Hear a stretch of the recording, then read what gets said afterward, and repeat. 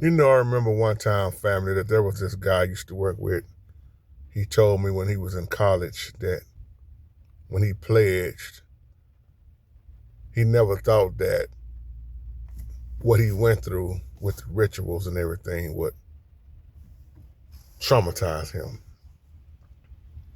And you may not hear a lot of them talk about that, but then there are some who have talked about it. And they'll tell you what they went through. It messed them up for a long time. Some of them even say it been messing them up their whole life because there are some dangerous things, like we talked about the young man that died behind being, pounded in the chest so many times. And you think about that. I think about people that I know that have went off, when they fought in war, and how now you got all this PTSD, suffering with this or schizophrenia or bipolar. Kind of remind me of the movie Dead Presidents. Y'all remember with Lorenz Tate when he went off the war, and Chris Tucker played in that movie back in the day. And when they came back, something got into them. They was breaking out of them cold sweats, man, and seeing things, and kept having visions of all that murder and death. And when you think of the word trauma or being traumatized, and then you hear a lot of people say, well, it ain't no harm in doing it, man. It was innocent. But what about the ones that died behind the hazing?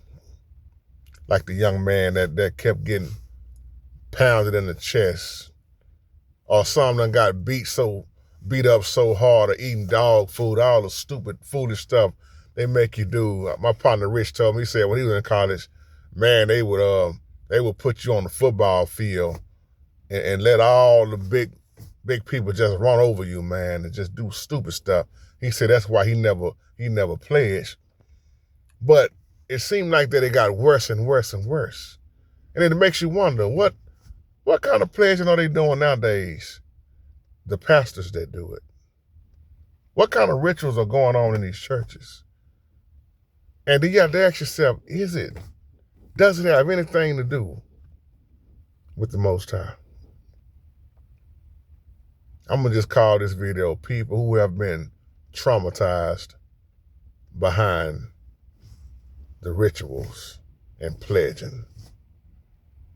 That's why I always ask people, what you offering to, where does it come from? What can you trace it back to? Is it godly or ungodly? Does it have demons attached to it? Because I know many people who told me that when they was in school, it was all good, but then along the way, they found out that it was really wicked. And the ones that they thought was their brothers, was their frat brothers, was the main one that was going against them. I'll leave you with that. Just something to think about. Trauma behind pledging.